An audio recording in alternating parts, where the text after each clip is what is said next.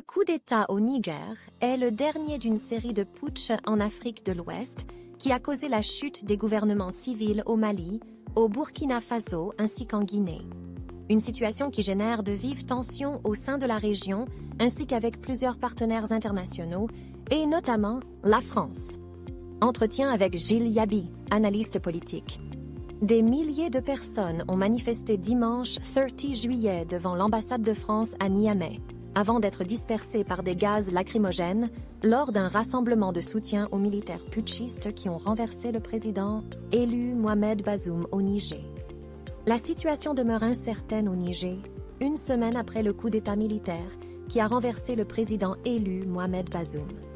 La France a entamé mardi ONE-RU, le rapatriement de ses ressortissants dans un contexte de tensions grandissantes entre les soutiens de la junte et ceux du président déchu. Le Niger est le 4e pays d'Afrique de l'Ouest dont le gouvernement civil a été renversé par les militaires au cours des 3 dernières années. Ce putsch intervient alors que la région tente d'endiguer l'avancée de groupes terroristes, notamment dans la région des 3 frontières, Mali, Burkina, Niger. Pour la France, il pourrait entériner la perte de l'un de ses derniers partenaires militaires dans la région du Sahel, après le retrait de ses troupes du Mali et du Burkina Faso en 2022 et 2023. Pour analyser les raisons de ces coups d'État et l'engouement qu'il suscite parmi certaines franges de la population, France 24 s'est entretenu avec Gilles Yaby, analyste politique, docteur en économie du développement et fondateur du groupe de réflexion ouest-africain Wati. Au Niger, comme auparavant au Mali ou au Burkina Faso, des manifestants sont descendus dans la rue en soutien aux militaires. Faut-il y voir un rejet du processus démocratique? Les motivations des manifestants sont bien sûr diverses. On sait qu'à Niamey, l'opposition au président Mohamed Bazoum, et sans doute davantage à son parti, le Parti nigérien pour la démocratie et le socialisme, PNDS, au pouvoir depuis 12 ans, est importante. Certains sont descendus dans la rue pour exprimer leur opposition et non nécessairement par adhésion au principe des coups d'État militaires. D'autres sont probablement réellement convaincus que la prise du pouvoir par l'armée est salutaire pour le pays. Mais il faut également noter que d'autres Nigériens ont également manifesté en soutien au président et ont été rapidement dispersés par les forces de sécurité. Nous payons cher l'échec de la construction d'États solides. La critique de la démocratie est sujette à caution car pour critiquer un modèle, il faut que celui-ci ait véritablement été mis en œuvre. Sinon, c'est sa non-application et non son principe qui pose problème. Toutes les constitutions ouest-africaines sont démocratiques. Or, on sait bien que ce n'est souvent pas le cas des pratiques politiques réelles. Les critiques contre l'absence de crédibilité des élections, l'instrumentalisation de l'institution judiciaire pour écarter les opposants, l'ampleur de la corruption et les écarts de richesse des gouvernants issus du choix du peuple, quelles qu'en soient les modalités, et qui travaillent pour eux. Ce que nous payons cher aujourd'hui, à mon sens, c'est l'échec de la construction d'États solides avec des institutions efficaces depuis les indépendances. Ces déficits de gouvernance servent d'argument aux militaires pour prendre le pouvoir et rencontrent un certain écho dans la population. Lorsque vous avez un pays au bord de l'effondrement sécuritaire sous un gouvernement démocratique, comme ce fut le cas au Burkina Faso par exemple, mais pas au Niger, on peut comprendre qu'une partie importante de la population soutienne des militaires qui promettent de restaurer la sécurité. Mais les soldats n'ont pas vocation à diriger des États et rien ne garantit qu'ils soient de meilleurs représentants des intérêts du peuple qu'une personnalité civile élue. La réalité est qu'ils s'imposent par la force, qu'ils ne sont censés utiliser que pour assumer leur mission de défense de l'intégrité du territoire.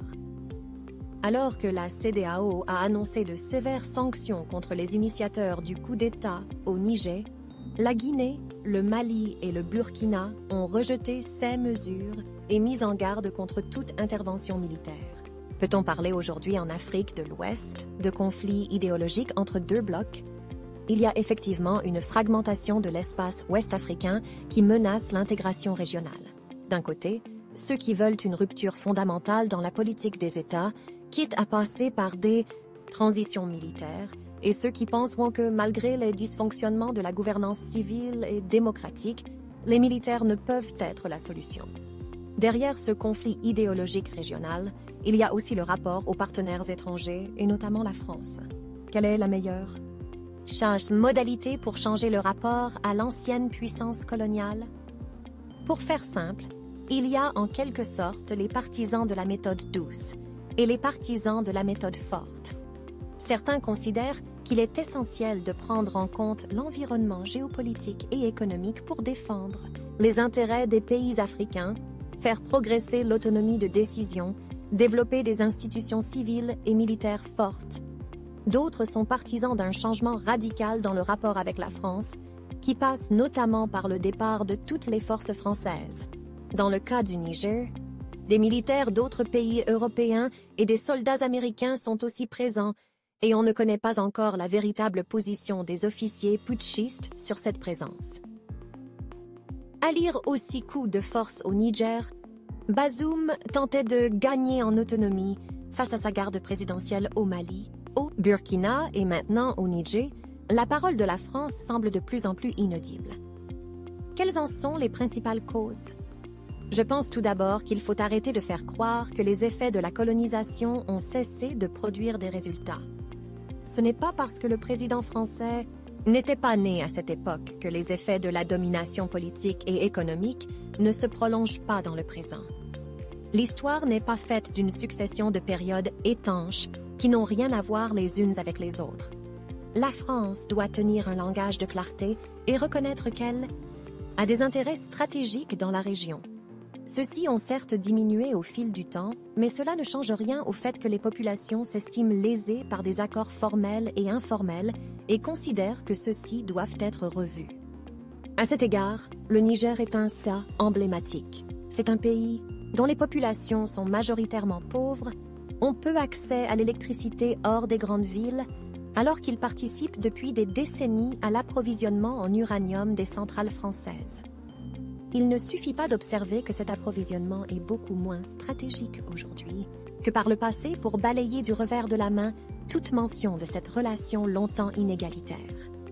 Sur le plan militaire, l'argument souvent avancé par la France qu'elle est là uniquement pour aider les pays de la région est lui aussi très largement rejeté. Elle a maintenu depuis les indépendances des bases permanentes dans plusieurs de ces anciennes colonies. Cette présence s'inscrit dans une stratégie d'influence politique, économique et participe de la place de la France dans le monde. Il n'y a rien de mal à défendre ses intérêts. Toutes les puissances grandes et moyennes le font, mais faut le reconnaître et il faut discuter, négocier pour trouver éventuellement des accords mutuellement bénéfiques, ou se retirer lorsque cela est demandé.